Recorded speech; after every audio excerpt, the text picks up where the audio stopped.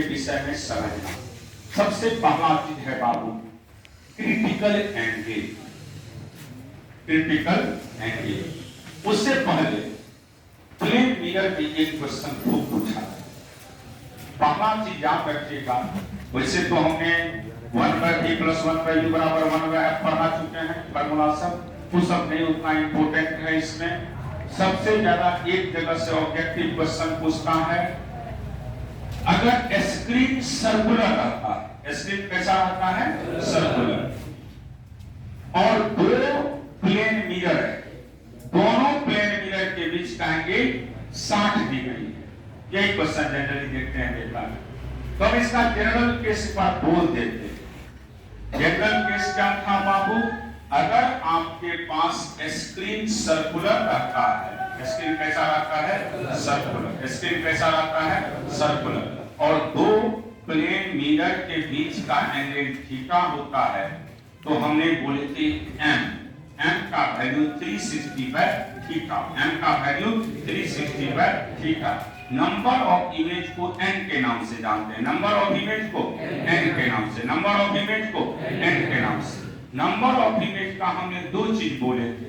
पहले देख लीजिएगा कि m इंटीजर में है कि फ्रैक्शन है। अगर m इंटीजर है तो दो कंडीशन हो सकता है कि m इवेंट नंबर है या ऑड नंबर है। इवेंट रहेगा तो नंबर ऑफ इमेज का वैल्यू m-1, ऑड रहेगा तो दो कंडीशन, उतना डेप्थ में नहीं जाता है। दो कंडीशन दिखाई थे, परपेंडिकुलर बाइसेक्टर का केस है, एक बिना परपेंडिकुलर बाइसेक्टर। लेकिन अगर ऑड नंबर होता है तो ये तो केस होते हैं। अगर मान लीजिए फ्रैक्शन में होता है तो नंबर ऑफ इमेज का फार्मूला पढ़ाए थे, greatest integer of m, greatest integer of m। लेकिन आपको जनरली क्वेश्चन देगा कि m का वैल्यू जब इवेंट नंबर आएगा तो नंबर ऑफ इमेज का वैल्यू क्या होगा? एक लाइन लिख लीजिएगा, प्लेन मिरर। इसके विषय की बात कर रहे हैं बाबू, प्लेन मिरर। प्लेन मिरर में पहला चीज आपके दिमाग में ये भी चलना चाहिए कि अगर प्लेन मिरर मेरे पास दिया हुआ है तो क्या क्या हो सकता है। अगर आपके पास प्लेन मिरर का चर्चा कर दिया जाए तो ध्यान में ये रखोगे बाबू कि प्लेन मिरर के केस में हमने ढेर सारे चीज समझाए थे आप लोग के क्लास में। जैसे एक आदमी का हाइट कितना दिया है तो उसमें इमेज कितना होगा, ये सब खूब पूछे जाते हैं बोर्ड में, ध्यान में रखना होगा आप लोग को। तो सब चीज तो बोलना थोड़ा डिफिकल्ट होगा, लेकिन ये सब चीज आपके दिमाग में चलना चाहिए। एक बार सुन लीजिए ध्यान से। लिखेंगे सबसे पहले प्लेन मिरर। प्लेन मिरर से क्वेश्चन पूछा जाता है, लिखिएगा सब लोग प्लेन मिरर। इसकी बात कर रहे हैं बाबू, प्लेन मिरर। प्लेन मिरर के केस में बहुत चीज आप लोग को पूछा जाएगा। सबसे पहले ध्यान में ये रखना है कि अगर मान लीजिए कोई भी प्लेन मिरर रहता है तो उसके चलते अगर आपसे कोई पूछेगा इमेज, तो इमेज कैसा बनता था बोलिए?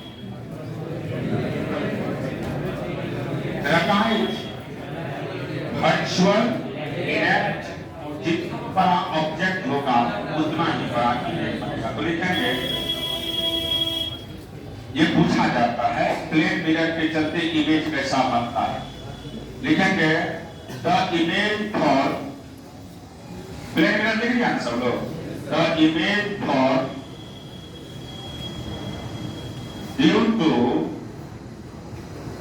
The image for due to plane mirror is, the image for due to plane mirror is। कैसा बाबू? पहला याद रखोगे वर्चुअल, लिखेंगे वर्चुअल। वर्चुअल का मतलब आभासी होता है Hindi. Virtual, virtual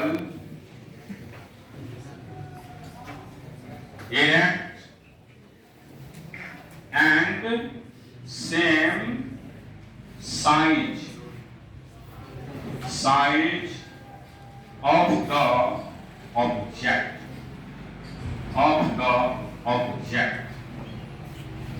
of the object. Virtual act and same side of the object. जितना बड़ा ऑब्जेक्ट होगा उतना ही बड़ा क्या बनेगा, इमेज। पॉइंट क्लियर हो गया। अब जितना जहां पे ऑब्जेक्ट रहेगा उतना ही डिस्टेंस पे बनता है। v वेलोसिटी से आ रहा है तो मिरर के रिस्पेक्ट में v से नजर आएगा, लेकिन ऑब्जेक्ट के रिस्पेक्ट में 2v से नजर आएगा। ये सब नहीं पूछता है, सिर्फ दो चीज इसमें पूछा जा सकता है। पहला चीज, अगर आदमी का जो भी हाइट दिया है उसका आधा अगर मिरर का हाइट होगा तो उसका आप पूरा इमेज क्या कर सकते हैं बाबू, देख सकते हैं। तो लिखेंगे the full image of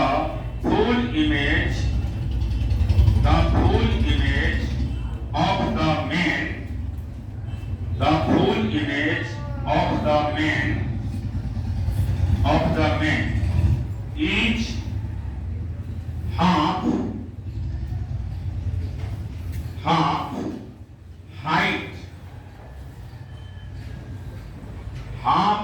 height of the mirror, half height of the mirror, और मेन हेड नहीं लिखे थे ना, half height of the mirror with respect to man कर दो, कोई बात नहीं। half height of the mirror with respect to man के हाइट का कितना होना चाहिए बाबू, आधा। कितना होना चाहिए, आधा। अगर मान लीजिए जो भी पर्सन है उसके हाइट का आधा रहेगा तो फ्रंट पे ये भी लिखा है फ्रंट का, बैक में होता है 1/3, बैक में होता है 1/3, सब लिखा है। सुन लीजिए बात ध्यान से, पूछता है क्वेश्चन, फ्रंट पे रहेगा मिरर तो आधा और बैक में रहेगा तो 1/3। क्लियर है? फ्रंट पे रहेगा तो सुन लीजिए, सुन करके ध्यान ज्यादा रहता है। फ्रंट पे रहेगा तो मेन का या ओमेन का जो भी हाइट है उसका आधा होगा मिरर का है, लेकिन बैक साइड है तो 1/3। क्लियर हो गया? अब सुनिएगा नेक्स्ट कॉन्सेप्ट। अगर मान लीजिए कि दो मिरर के बीच का एंगल थीटा डिग्री दिया या 60 डिग्री, जनरली 60 ही पूछा तो 60 डिग्री दिया है तो नंबर ऑफ इमेज का वैल्यू लिख लीजिएगा बाबू। when two mirror makes an angle, when two mirror या when two plane mirror भी लिख सकते हो, when two plane mirror makes an angle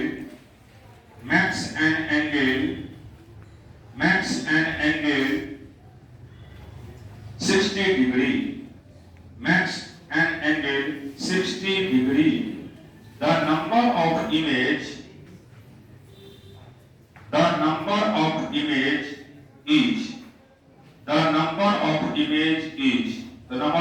का कितना वैल्यू होगा बाबू? तो सुन लो ध्यान से। हम सबसे पहले बोले थे m निकालिएगा और m का फॉर्मूला क्या बोले थे? 360/थीटा, तो 360/60 कर दो। ये कितना हो गया? 6। ये कौन सा नंबर है? Event number. कौन सा नंबर? Event number. कौन सा नंबर? Event number. तो नंबर ऑफ इमेज का वैल्यू होगा, नंबर ऑफ इमेज बराबर होगा m माइनस 6 में से 1 गया तो कितना हो जाएगा? 5। नंबर ऑफ इमेज की बात करोगे m-1। देख लीजिए इसको, ध्यान में ये रखेंगे कि थीटा अगर 60 डिग्री रहता है तो पहले m निकालिएगा। क्या निकालिएगा? m। और m का सिंपल फार्मूला होता है 360/थीटा। 360/थीटा। फिर देखेंगे कि m कौन सा नंबर है? इवेंट नंबर है तो नंबर ऑफ इवेंट का वैल्यू m-1, और नंबर रहेगा तो m होता है, m-1 भी होता है, तो उसका 2 केस है। लेकिन बात की बात है, सिर्फ याद रखना इवेंट नंबर वाला क्वेश्चन जनरली पूछे जाते हैं, यही पूछेगा। अब इसके बाद है इसमें मैग्निफिकेशन। तो मैग्निफिकेशन का वैल्यू क्या होता है? पहला चीज हाइट ऑफ इमेज का हाइट ऑफ ऑब्जेक्ट, और उसी को क्या कहते हैं? v वैल्यू, लेकिन माइनस साइन के साथ। माइनस क्या इंडिकेट करता है? उल्टा। क्या इंडिकेट करता है वर्चुअल। जैसे मान लीजिए सामने में ऑब्जेक्ट है तो इमेज किधर बनेगा, उस तरफ। अगर तुमको सिर्फ ये पूछा जाए कि प्लेन मिरर के चलते मैग्नीफिकेशन क्या होगा, तो वैल्यू +1 की -1 पढ़ा चुके थे। प्लेन मिरर पूछ देता है कभी कभी, प्लेन मिरर के चलते मैग्नीफिकेशन का वैल्यू हो जाएगी +1। तो लिख लीजिएगा बाबू, magnification due to plane mirror, magnification due to plane mirror.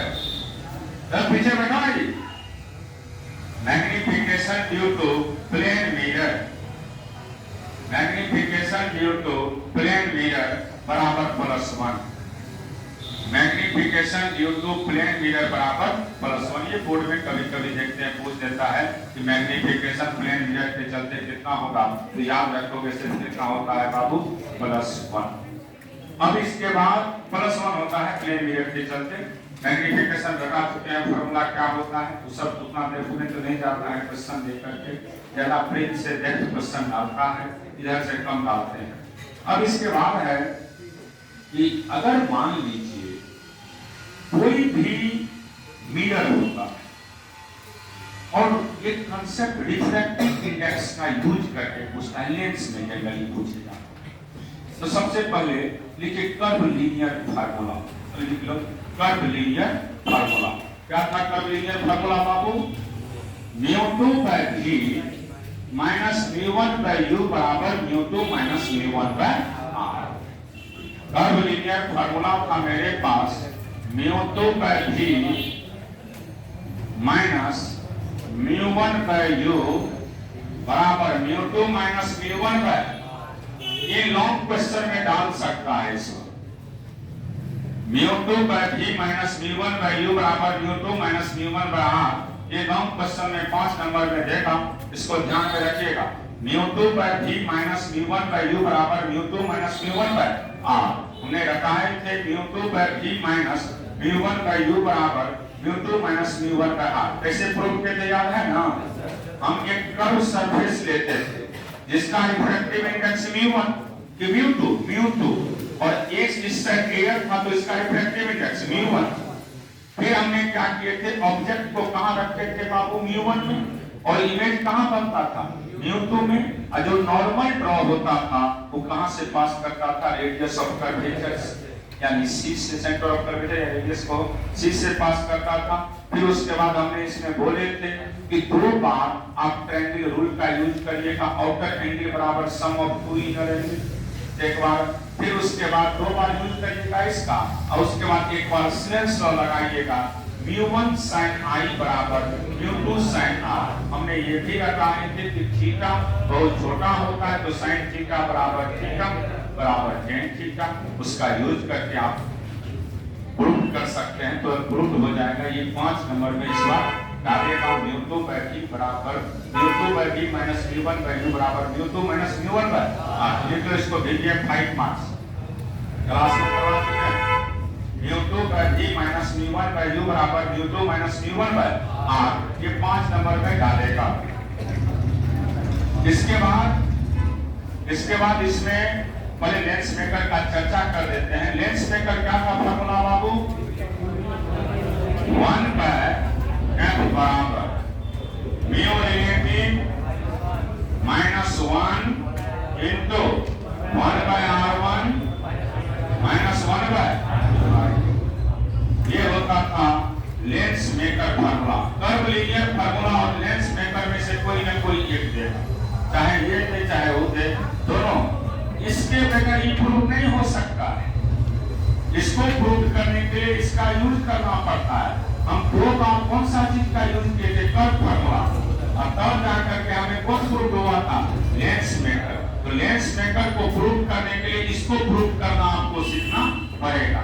ये सीखा हुआ रहेगा तो प्रूव हो जाएगा। देख लीजिएगा, जिनका छूट टूट गया होगा किसी से लिख लीजिएगा, भाई आसानी से हमने प्रूव किया है, क्लास में देख लेना है इसको, बहुत इंपॉर्टेंट है ये दोनों क्वेश्चन। अब याद करो, पूछा जाता है फोकल लेंथ ऑफ एयर और वाटर में क्या रिलेशन हो, तो बताया थे आप लोग को, फोकल लेंथ ऑफ वाटर बराबर, लिख लेना, फोकल लेंथ ऑफ वाटर बराबर 4 into focal length of air. इस पे क्वेश्चन पूछे जाते हैं। फोकल लेंथ ऑफ वाटर बराबर 4 इंटू